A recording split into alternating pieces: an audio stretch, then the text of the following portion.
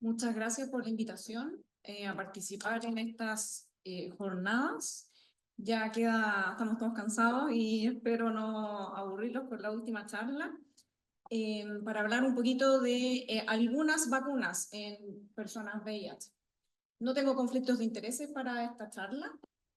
Ya todos sabemos y archiconocemos que la infección por VIH causa distintas alteraciones en el sistema inmunológico, por lo tanto, sabemos que tienen una mayor predisposición a determinadas infecciones oportunistas y ciertas neoplasias.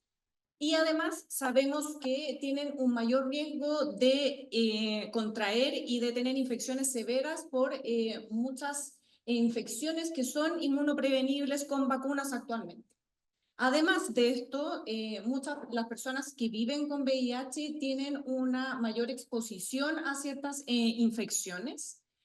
Pero a esta altura del partido ya sabemos y está muy estudiado que los beneficios de la vacunación superan con creces los riesgos teóricos que estos podrían tener considerando que son personas inmunosuprimidas. Sin embargo, la carga de las enfermedades inmunoprevenibles con vacunas en este setting de pacientes todavía persiste elevada, y eso es principalmente debido a que tienen una respuesta a las vacunas subóptima y además que las tasas de cobertura de las vacunas todavía son insuficientes. ¿Qué cosas tenemos que tener en cuenta siempre que inmunicemos a una persona que vive con VIH?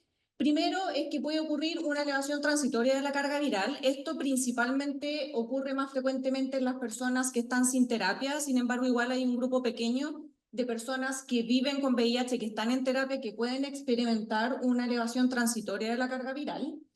Y además, en todas las personas que viven con VIH, independiente de su buen control o no de la enfermedad, vamos a tener una menor inmunogenicidad, ¿ya? Y eso se debe a múltiples factores, pero principalmente a una respuesta subóptima por este estado inflamatorio persistente que ocurre en la infección del VIH.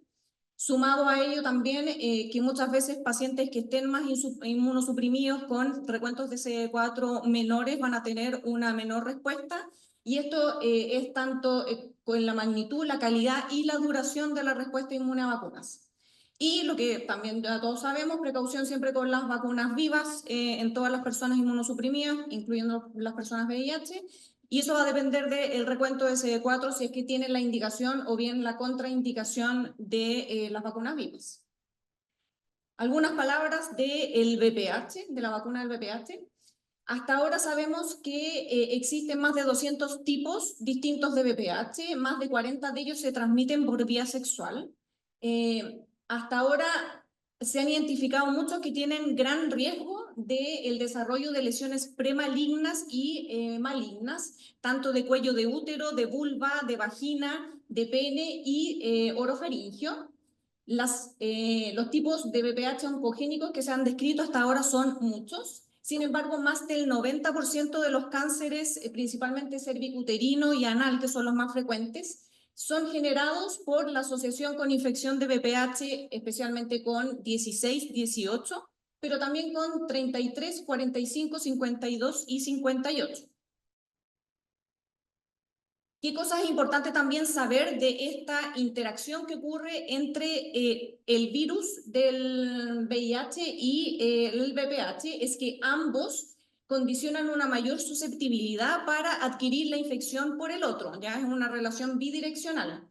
El VIH otorga más riesgo tanto de adquirir la infección por el VPH y persistir con esta infección, de portar múltiples tipos de VPH, de desarrollar enfermedades asociadas, de tener una mayor progresión y más rápida a neoplasias. De hecho, las personas que viven con VIH se ha visto hasta 6 veces más riesgo del desarrollo de cáncer cervicuterino, y en el cáncer anal el riesgo es hasta 50 veces mayor comparado con las personas que son VIH negativas. Y los factores responsables de esto son múltiples. Por una parte tenemos la mayor exposición, tenemos las distintas disfunciones a nivel inmunológico, principalmente linfocitos T, linfocitos B y NK, este estado proinflamatorio persistente, y además que tenemos alteraciones epiteliales mucosas persistentes, que esas se mantienen a pesar de un buen control de, el VIH. ¿Cuáles son las vacunas que actualmente tenemos disponibles de VPH? Hasta ahora son todas vacunas recombinantes con partículas similares al virus. Inicialmente se desarrollaron las vacunas bivalentes que incluían los tipos oncogénicos 16 y 18. Luego se desarrollaron y se aprobaron las tetravalente que se sumaron a estos tipos oncogénicos, los no oncogénicos, el 6 y el 11, principalmente asociados a condilomas y verrugas. Y finalmente las no navalentes que se agregaron a las anteriores otros tipos oncogénicos que son menos frecuentes, pero sin embargo igual están muy presentes en la asociación con, de los determinados cánceres. Incluyeron el 31, 33, 45, 42 y 58. En cuanto a la seguridad, todas estas vacunas hasta ahora, que tienen muchos estudios en población que vive con VIH, se han mostrado seguras y bien toleradas, más o menos con efectos en cuanto a seguridad similares a los inmunocompetentes. La tasa de los efectos adversos graves es comparable con los inmunocompetentes hasta del 7%, y se ha visto que además no afecta la progresión de la enfermedad del VIH, no tiene mayor impacto en la carga viral ni en los CD4. Por lo tanto, en general son vacunas seguras. En cuanto a la inmunogenicidad, en todos los estudios que se han realizado en población VIH, se ha visto que existe una menor seroconversión del tipo 18 del VPH comparado con el 16, ya que es mucho más inmunogénica. Estudios en pacientes que viven con VIH comparando la bivalente con la tetravalente, se han visto similar seroconversión para el 16, del 100% para la bivalente y el 96% para la tetravalente.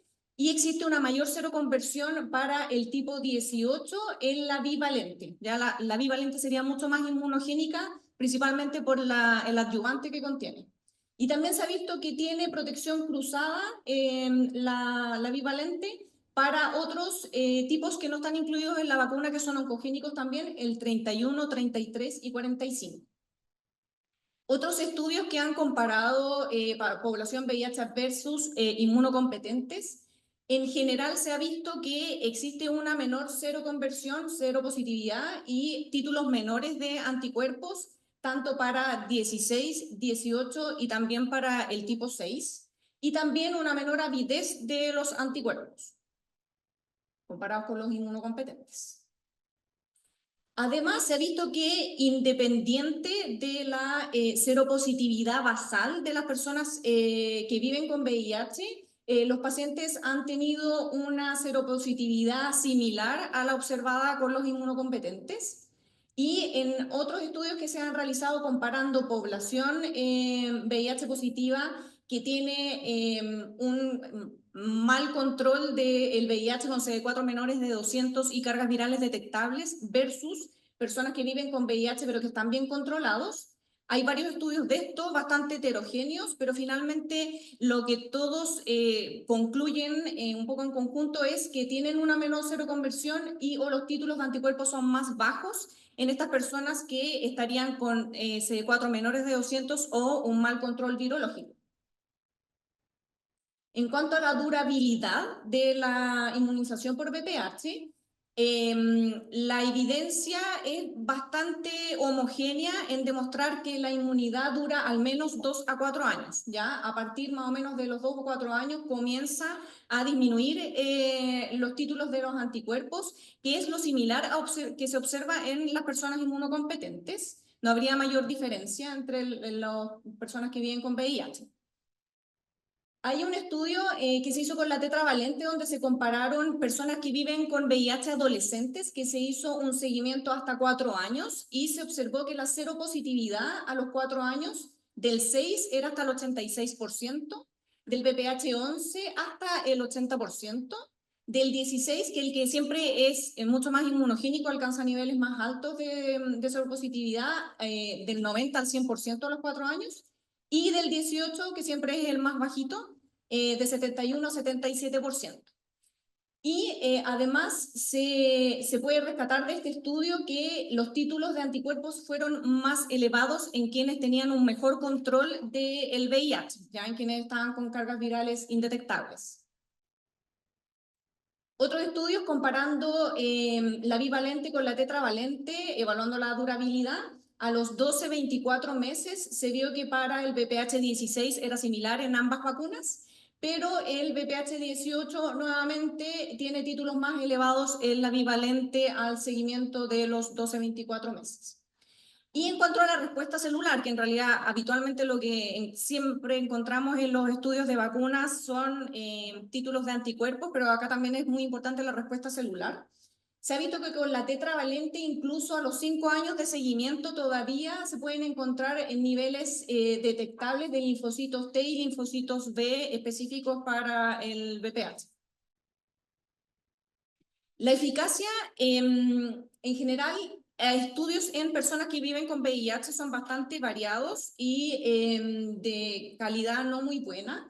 Tienen ciertas limitaciones, pero este estudio que se realizó en el 2019, que comparó en población VIH positiva de 9 a 65 años usando la vacuna tetravalente, comparado con sujetos no inmunizados, se vio que el seguimiento a los 2 años, una incidencia de VPH nuevo adquirido persistente fue de 2.3 por 100 personas al año, versus los no vacunados, que era de 6 personas por 100 años. Y que más del 50% de estas nuevas infecciones era por el tipo 18. Y además se hizo un subanálisis en las mujeres, mostrando las tasas de infección y de enfermedad nueva asociada al VPH, y se vio que las mujeres VIH negativas vacunadas tenían una tasa de infecciones nuevas de 0.1 por 100 personas año, las mujeres VIH negativas no vacunadas de 1.5 versus las mujeres VIH positivas vacunadas de 1.2. ¿Ya? Ahí podemos ver que existe una clara diferencia de, a pesar de recibir la misma vacuna, de tener mayores tasas de fracaso de la respuesta a la vacuna en cuanto a la eficacia. ¿Y cuáles son las recomendaciones actuales de la vacunación de VPH? Lo que las distintas entidades, que puse solo algunas, lo que clásicamente estaba recomendado hace mucho tiempo, que la vacuna de VPH se administre entre los 9 y los 14 años en toda la población, incluido personas VIH. Lo clásico era que se podía hacer un catch-up hasta los 26 años, sin embargo, actualmente muchas sociedades lo que ya recomiendan es que se vacune hasta los 45 años a toda la población que vive con VIH, ¿ya? De preferencia, se prefiere la vacuna no navalente, ¿ya? Acá en Chile, en el programa, tenemos para administrar la tetravalente a nuestras personas, pacientes que viven con VIH. Y en general no hay mayores recomendaciones del momento de la vacuna, pero algunos sugieren que podríamos esperar que la persona pudiera tener un mejor control de la infección por VIH, ojalá que estuviese indetectable y con CD4 mayores de 200 para obtener una mayor respuesta inmune. Pasando al BRS, que esto es un poquito más nuevo de las vacunas del BRS. Sabemos que el virus respiratorio sincicial es una importante causa de infecciones del tracto respiratorio. A nivel pediátrico, en lactantes es el principal agente de bronquiolitis y de neumonía y una importante causa de hospitalización y de mortalidad. Y además, en los adultos presenta una carga elevada de admisiones hospitalarias y de mortalidad, especialmente en adultos mayores, muy similar a lo que ocurre con la influenza. Sin embargo, no está tan en boga el BRS versus la influenza en los adultos mayores cada año. Y además en sujetos con distintas comorbilidades también tienen un mayor riesgo de gravedad. ¿Qué ocurre en las personas que viven con VIH? Efectivamente también tienen un mayor riesgo de enfermedad grave por BRS en todos los grupos etarios, ¿ya? Sin embargo, no hay tantos estudios en personas que viven con VIH. Lo que sí está un poco más estudiado son mujeres embarazadas que viven con VIH, donde principalmente se ha evaluado lo que ocurre con los lactantes, en donde se ha visto que los lactantes VIH positivo que tuvieron transmisión vertical y los lactantes no infectados por VIH, pero hijos de madre VIH, tuvieron un riesgo mucho mayor de infección grave por VRS y de mortalidad asociada. ¿Qué tenemos de las vacunas de VRS? Hay muchas vacunas de VRS actualmente todavía en estudio. Por la FDA solamente tenemos 3 autorizadas, existen 2 vacunas de ADN recombinante que utilizan la proteína F de prefusión. Y acá tenemos la monovalente, que es Arexvy, que está en Chile autorizada por el ISP este año, en junio del 2024, autorizada para adultos mayores de 60 años. Y tenemos la bivalente Abrismo, que también está autorizada en nuestro país por el ISP en septiembre de este año, y está autorizada para adultos mayores de 60 años y para embarazadas, ¿ya? Y además hay una tercera vacuna aprobada por la FDA, que no está acá disponible en Chile, que es de RNA mensajero, que es Resvian. Voy a hablar un poco más de las 2 primeras, que son las que tendríamos acá en Chile. En cuanto a seguridad, inmunogenicidad y eficacia, no hay ningún estudio en pacientes, en personas exclusivamente con VIH, así que todo es extrapolable de otros grupos de riesgo, no hay nada en personas que viven con VIH. Arexvy y Abrismo se ha estudiado en adultos mayores y se ha visto que previene la infección respiratoria baja sintomática en 2 temporadas consecutivas en el 74% en Arexvy y en 84% en Abrismo respectivamente. Y se han visto que son vacunas bastante seguras en los adultos mayores. Y otro estudio que se hizo con Arexvy en adultos mayores con comorbilidades, principalmente cardiorrespiratoria, metabólica y endocrina. Acá no se incluyeron personas inmunosuprimidas de distinto tipo de inmunosupresión, sino que solamente este tipo de patologías. Y se vio que existía una prevención primaria de la enfermedad respiratoria baja del 94% y del 92% para sujetos que tenían una comorbilidad o 2 comorbilidades. Se vio que la inmunogenicidad era comparable a personas sin comorbilidades y se vio que era una vacuna bastante segura con escasos efectos adversos. Y los otros estudios que hay son también en embarazadas. Ya tenemos el estudio de Arexvy, en donde se vio una reducción del 69% de infecciones graves por VRS en los lactantes hasta 6 meses de vida. Sin embargo, el estudio en etapa 3 se detuvo por un aumento de partos de pretérmino en la rama de intervención. Y por otro lado, tenemos el estudio en embarazadas de Abrismo, que se observó un 81% de reducción de enfermedad grave y una reducción del 57% de infección que requería asistencia médica, esto en los lactantes en los primeros 3 meses de vida. Entonces, los estudios principalmente evaluaban la inmunización a la embarazada, pero los outcomes eran evaluar finalmente el efecto que tenían en los lactantes. Y Abrismo no tuvo mayor incidencia de efectos adversos, ¿ya? Por lo tanto, esta es la vacuna que está autorizada para utilizarla en embarazadas. No existen recomendaciones tan específicas en personas que viven con VIH porque no hay estudios clínicos en personas que viven con VIH. Sin embargo, lo que tenemos es la extrapolación de los estudios que tenemos y en los distintos grupos de riesgo, ¿ya? Porque sabemos que los principales grupos de riesgo serían los lactantes, los lactantes y en general los adultos mayores, especialmente quienes tengan comorbilidades, y dentro de esas comorbilidades los inmunosuprimidos, y ahí tenemos a nuestras personas que viven con VIH. Los que tienen un poco más de recomendaciones específicas en pacientes que viven con VIH es Estados Unidos, la CDC, que recomienda la vacunación con cualquiera de las 3 vacunas que tienen autorizadas ellos en todos los mayores de 75 años que viven con VIH. En quienes tienen entre 60 y 74 años y tienen CD4 menos de 200 o tienen alguna otra comorbilidad que les agrega más riesgo, y en las embarazadas entre las 32 y las 36 semanas. Y se administra una dosis, todas estas vacunas son de una sola dosis.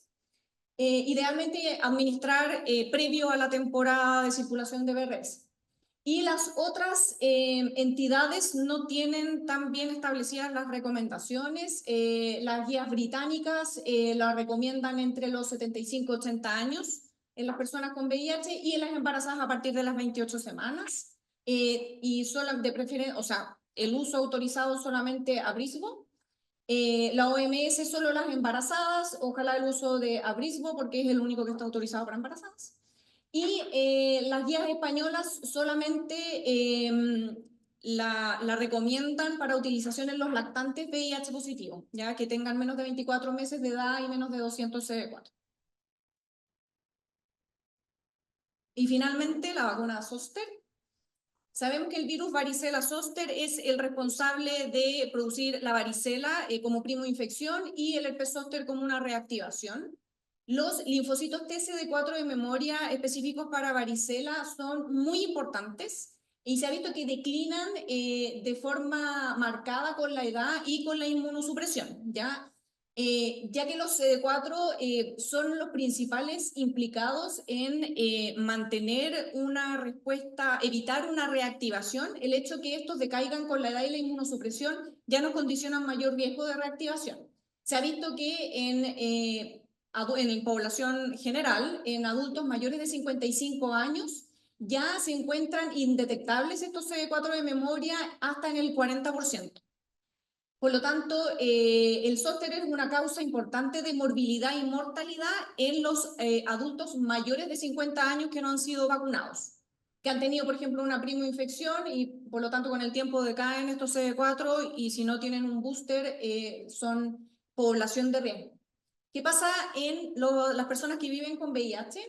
Se ha visto que la incidencia de zóster es muchísimo mayor que la población general, hasta 3 veces. Y esto se debe a distintos factores. Por un lado tenemos que puede existir una adherencia subóptima a la terapia, que podemos tener una reconstitución inmune parcial, que no es tan raro de ver en nuestros pacientes a pesar de una terapia exitosa, que son personas que, a pesar de estar bien controladas de su patología, tienen un estado de inflamación crónica y tienen un envejecimiento prematuro y acelerado, una inmunosenescencia mucho más acelerada.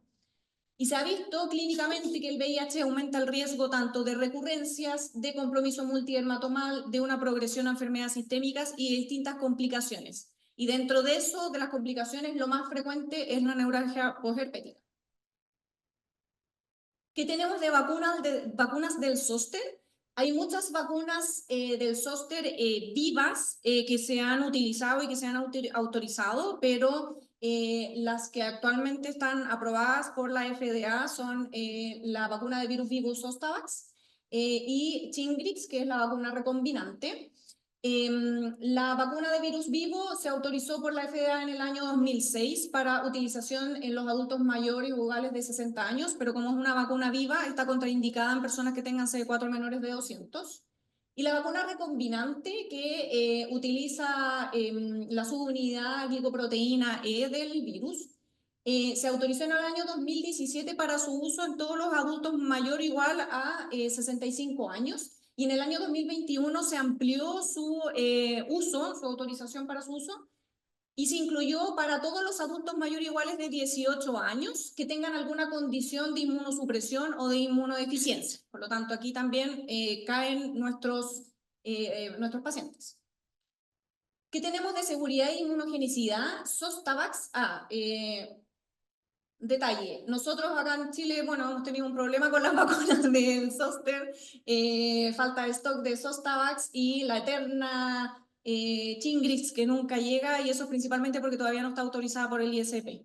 Ya se espera, no sabemos si es que ocurrirá que en enero del próximo año sí que se puede autorizar por el ISP, y si fuese así ya la tendríamos disponible a partir del primer semestre del próximo año. Esperemos que sea. En cuanto a seguridad y inmunogenicidad, hay hartos estudios de Zostavax, pero en personas que viven con VIH específicamente no hay tanto. Este estudio del 2018 es uno de los más recientes, en donde se evaluó la vacuna versus placebo en personas que estaban con terapia con CD4 más de 200 células e indetectables, que se consideran menores de 75 copias. Y acá se evaluó el uso de 2 dosis. Zostavax es una dosis. Se vio que existían títulos de anticuerpos significativamente mayores con respecto al basal versus el grupo placebo. La rama de quienes tuvieron CD4 mayores de 350 tuvieron títulos mucho más elevados versus quienes tuvieron CD4 entre 200 y 349.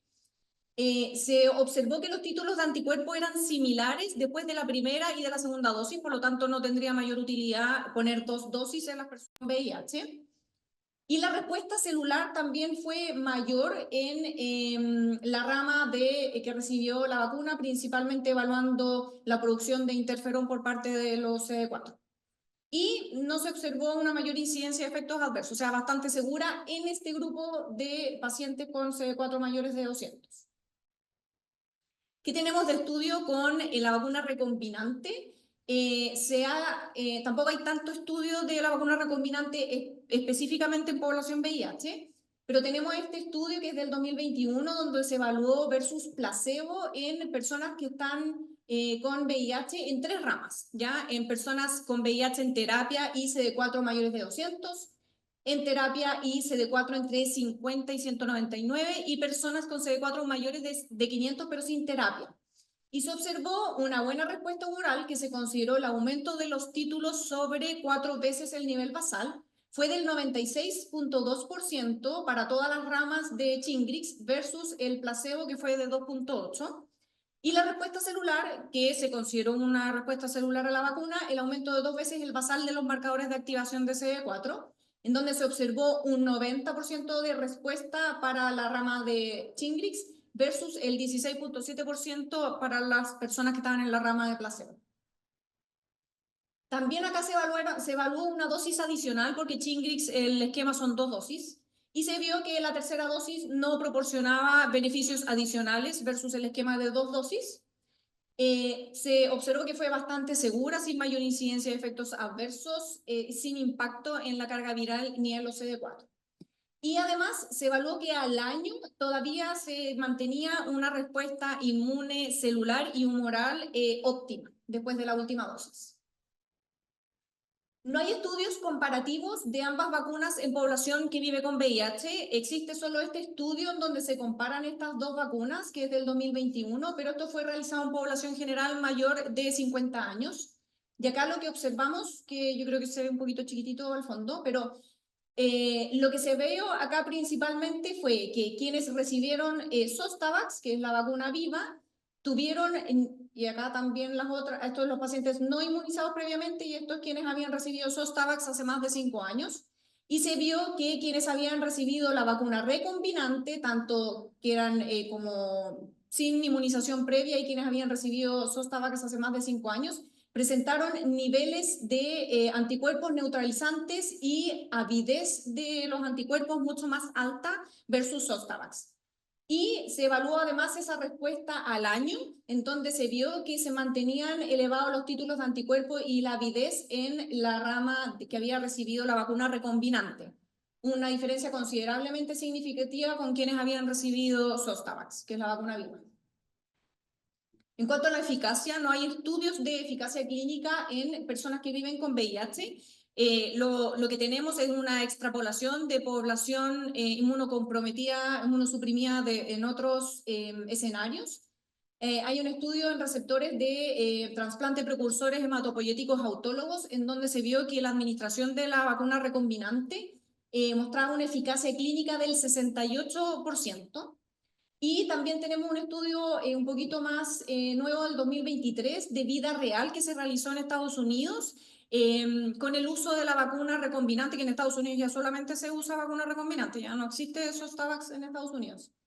En una cohorte de mayores de 65 años, donde sí estaban incluidas personas que viven con VIH, y se vio que esta subpoblación de personas que viven con VIH demostraba una efectividad del 64%, versus el 70% de los inmunocompetentes. O sea, tampoco hay tanta diferencia entre pacientes VIH y inmunocompetentes. Y de recomendaciones de la vacuna del zóster también han tenido algunos cambios. Inicialmente se recomendaba solamente en adultos mayores. Sin embargo, en los últimos años se ha bajado la edad de recomendación. De hecho, en algunos países como Estados Unidos, ahora se recomiendan toda persona que vive con VIH mayores de 18 años. La recomendación para todos es la utilización de la vacuna recombinante, no la vacuna viva, 2 dosis. Y de preferencia, pero solamente lo establece la CDC, que sean personas que tengan carga viral indetectable, o CD4 mayores de 200 para tener una mayor inmunogenicidad, pero recordemos que son vacunas seguras para administrarlas también en personas que tengan CD4 menores de 200. La guía británica tiene un poco más de detalle en cuanto a la edad, pero esto es principalmente por un tema de disponibilidad y de costo de la vacuna, ya de que lo quieren ir implementando lentamente, ir inmunizando a su población que vive con VIH. Finalmente, para cerrar, sabemos que la infección de VPH genera altas tasas de cáncer cervicuterino y de cáncer anal principalmente. Se ha demostrado la eficacia que tienen las vacunas del VPH en reducir la infección y la enfermedad asociada a VPH. Sin embargo, hasta ahora las coberturas todavía son insuficientes.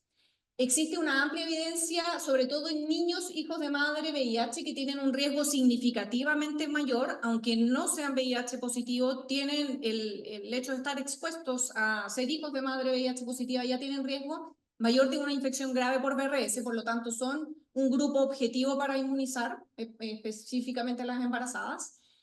Sin embargo, no existen estudios todavía de vacuna VRS en población VIH positiva y los datos actualmente son extrapolables de otros grupos de riesgo. Y en cuanto a la vacuna recombinante del zóster, se ha demostrado que es mucho más inmunogénica y más segura que las vacunas vivas, por lo tanto debería ser la de nuestra preferencia.